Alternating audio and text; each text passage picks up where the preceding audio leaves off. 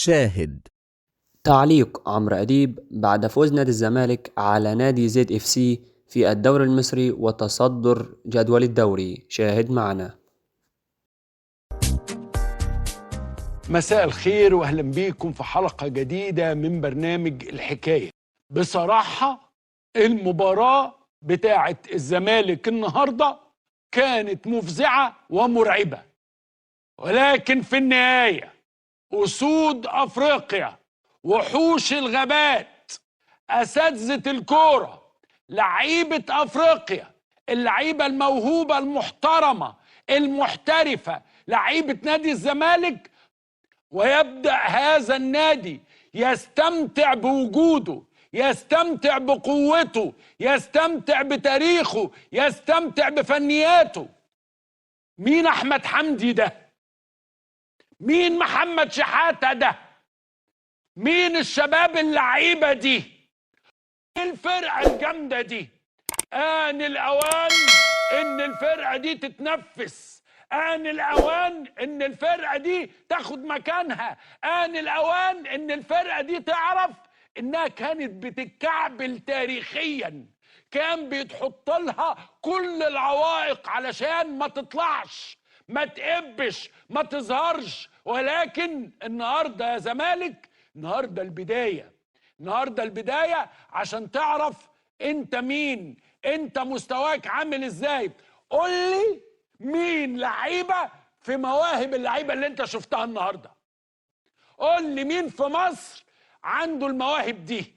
قول لي مين في مصر بيعرف يلعب الكوره دي. فرقه قويه، هي محتاجه بس شويه ثقه، هي محتاجه بس تعرف انها مهمه، هي محتاجه بس تعرف ان هي كمان عندها حظ، ان هي كمان عندها توفيق، وان الفانيلا البيضة اللي بخطين ليها نصيب في الحياة، وتقدر تكسب وتاخد بطولات. النهاردة اللعيبة ادت كل اللي عندها، تعبوا مجهود كبير، لكن اتحط مجهود، في حرفنة، في موهبة، في فرقة تستحق. الفرقة دي قاعدة سنين ما بتاخدش حقها لأسباب كتيرة، لأسباب كتيرة كل الزملكاوية عارفينها. إنما النهاردة آن الأوان بقى إنك ترفع راسك فوق وتبتدي تواجه، تبتدي تاخد مكانك، تبتدي تنافس، تبتدي تعرف مكانتك. مفيش حاجة اسمها أصل أنت الوسيف، أصل أنت بس بتاع المركز التاني، أصل أنت ما عندكش نصيب، أصل أنت الإدارة بتاعتك دايما مش قد كده، أصل أنت لا.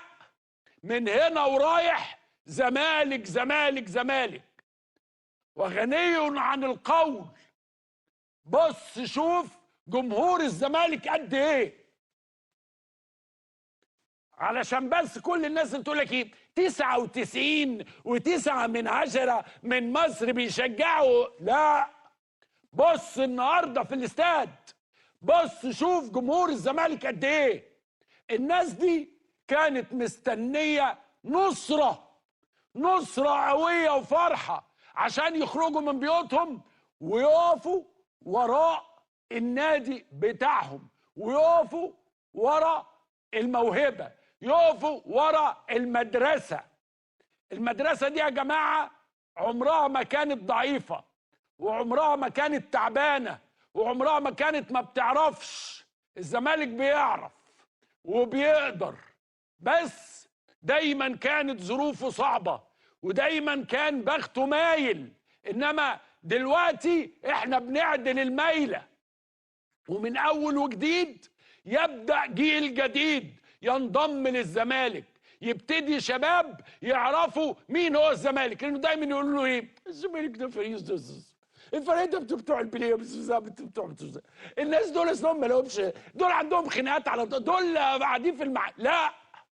من النهارده انت فريق بروبر، كامل متكامل باشا، تاريخ، فانيلا عريقه، نادي جبار، نادي عظيم، نادي يقدر، نادي فيه مواهب، نادي فيه لعيبه.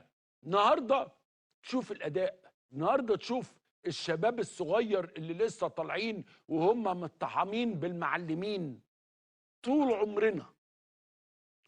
عمرنا كان عندنا المواهب من ايام علي خليل وفاروق جعفر وحسن شحاته، كل اللي انت عايزه، قول الاسامي اللي انت. كان عندنا دايما ناس بتوع قيمه. هو ده نادي الفن. على فكره اما بنتكلم على نادي الفن والهندسه، هذا ليس من قبيل التفخيم او نادي عنده جمهور عظيم. اديله الفرصه بس واتفرج عليه زي ما شفت النهارده. انت النهارده كنت متوقع تشوف كل الجمهور ده؟ تحيه لجمهور الزمالك، هو اللاعب رقم 1، مش 11 ولا 12 ولا 13. كنتم الجمهور رقم 1، ومن هنا وطالع اعمل حساب الزمالك عندك. من هنا وطالع هات الجدول واعمل حساب الزمالك عندك. الزمالك مش سهل. الزمالك كان محتاج ياخد نفس. الزمالك كان محتاج امكانيات. الزمالك كان محتاج اداره. الزمالك كان محتاج حب. الزمالك كان محتاج تكسير الشلل والشلاليه والحاجات. دلوقتي خلاص انت نادي بروبر. هم دول اسود افريقيا، هم دول المعلمين. الروح اللي كان بيتلعب بيها النهارده. انت قدام العو بقى، خلي بالك من العو جامد. العو رجع، لانه كل الناس يقول لك لا مش لا دول اللي عندهم لا دول تعبانين، دول خليهم بقى لا خلاص. هي البطوله ديت تطلق نيران التنين. انت قدام تنين بيطلع نار من بقه. اوعى بقى قدام اي حد يحاول ان هو يفكر انه يهز الفرقه دي. طبعا كل الناس اللي هتطلع دلوقتي وتقول لي قصدي الكونفدراليه دي، الفرق دي مش قول اللي انت عايزه. احنا البطوله دي مش في المليون دولار بتوعها، ولا في انها فيها فرق عظيمه او مش عظيمه. البطوله دي هي منط للقفز، ان يقفز الزمالك وياخد مكانه بقى. احنا لازم ناخد مكان. على فكره اللي انا بقوله ده في مصلحه المنتخب، اللي انا بقوله ده في مصلحه الكره المصريه. ما ينفعش الكره المصريه تبقى محتكره من فرقه واحده، هي بس اللي عندها اللعيبه، هي بس اللي عندها الامكانيات، هي بس اللي عندها الجمهور، هي بس اللي عليها الاضواء. لا، هذه هي اضواءنا، هذه هي لاعيبتنا، هذا هو جمهورنا، هذا هو نادينا. فرقه مش سهله وعمرها ما كانت سهله. انا انبسطت جدا النهارده.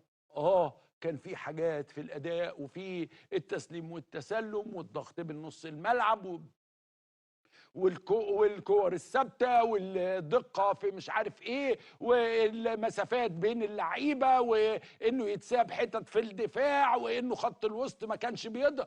قول اللي انت عايزه، قول اللي انت عايزه. يعني هو الاهلي اللي كان عظيم امبارح، بس الاهلي انا رايي زي ما قلت لكم امبارح، كل سنه وانتم طيبين. الاهلي خلص. الجمهور كل ده جمهور زملكاوي موجود من الساعه 1 الظهر في عز نهره الايام.